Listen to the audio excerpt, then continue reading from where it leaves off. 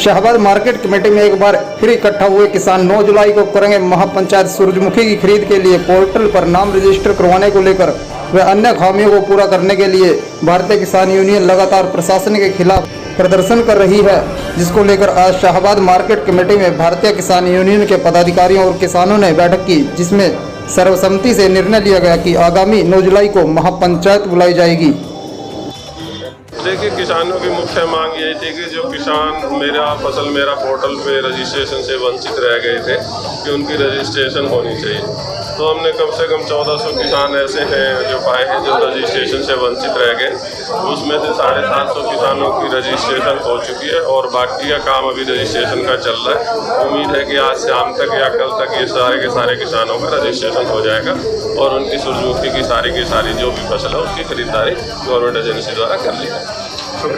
साहब आए थे, डीडीए साहब आए थे, मंडी सेक्रेटरी साहब आए थे और उन्होंने जो आश्वासन दिया, उन्होंने ये कहा है कि 1200 कुछ किसान है जो सारे छटनी करके के बाद जो भेजे थे, क्योंकि एक किसान ने कई बार भी नाम लिखवा दिया था और उन 1200 में से 750 किसानों के करीब नाम दर्ज हो गए हैं, पोर्टल पे चढ़ गए हैं और बाकी वो प्रक्रिया में है। और कल हम मंडी बोर्ड की सीए से भी मिले थे और उन्होंने भी आश्वासन हमें दिया था कि जिसका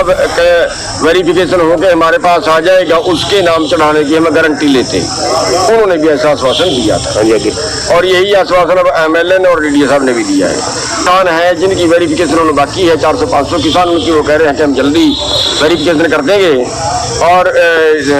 9 तारीख को जो है हमने सारा कुछ देखने के बाद, क्योंकि 10 तारीख तक खरीद है, इसलिए हमने 9 तारीख को फिर बड़ी पंचायत बुला ली है कि ऐसा ना हो कि कोई किसान रह जाए,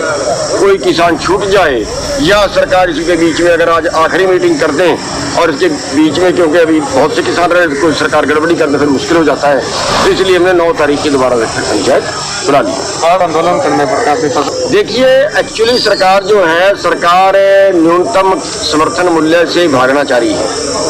और उसी का नतीजा है आज आप देख रहे हैं मक्का मार्केट में पड़ा है। सरकार जो WTO में चली गई है, जो वर्ल्ड मार्केट में रेट होगा वही हिंदुस्तान में भी होगा और उसमें उन WTO की शर्तों में साफ लिखा है कि वर्ल्ड मार्केट से ज़्यादा MSP देना आपत्तिजनक सब्सिडी समझी जाएगी।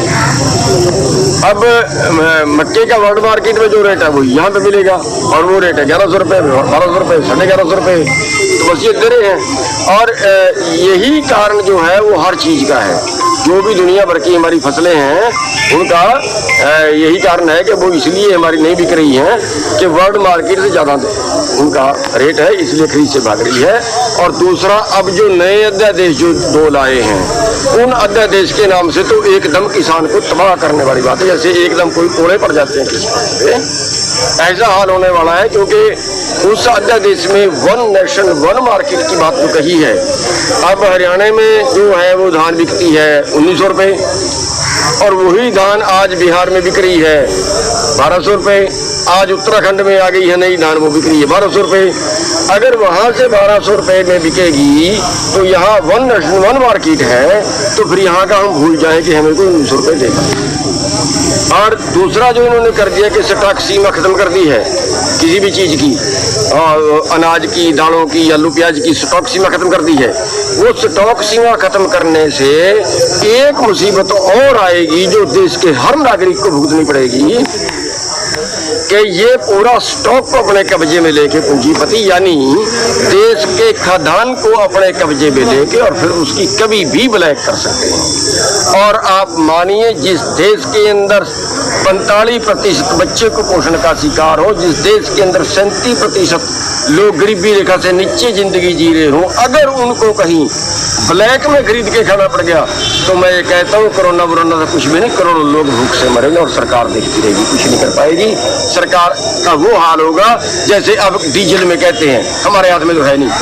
ऐसे ही फिर ये कहेंगे अनाज का हमारे हाथ में तो है नहीं।